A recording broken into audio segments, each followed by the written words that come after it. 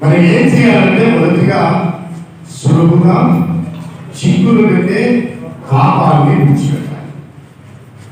ఈ సులువుగా చిక్కులు పెట్టే పాపం ఏమిటైనా ఆలోచన చేస్తే ఈ ఆదివారం గుడికి పోకపోతే ఏమవుతుంది?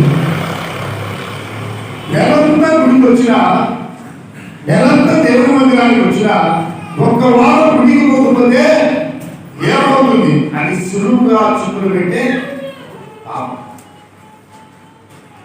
ఎన్ని సంవత్సరాలు నీతిగా నిజాయితీగా ఉన్నా ఈ పండుగ రోజు మాత్రం ఒక చుక్క సారాయి తాగుతాం, ఏమవుతుంది?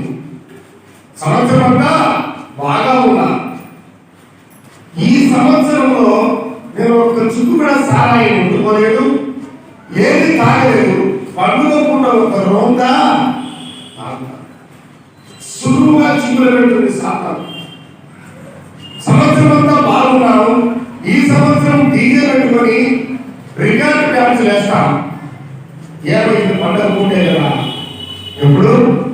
పండుగ పూటే కదా. ఏం డ్యాన్సులు? DJ dance. తల్లిదండ్రులు కూడా పిల్లలు చేసే పనిని ప్రోత్సహిస్తున్నారు. సంఘ పెద్దలు కూడా పిల్లలు చేసే పాపకు పనికి మారిన పనిని సంఘ పెద్దలు కూడా ప్రోత్సహిస్తున్నారు. ఏమంటారు తెలుసా? బాబు పండుగ కూడా పిల్లలు సంతోషంగా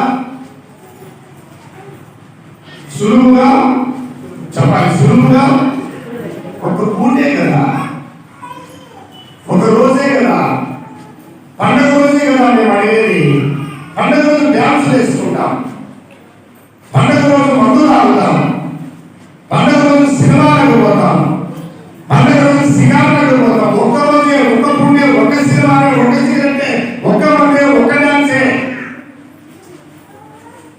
ఇవన్నీ కూడా సులువుగా చిక్కులు పెట్టి నరకానికి తీసుకుపోతాం.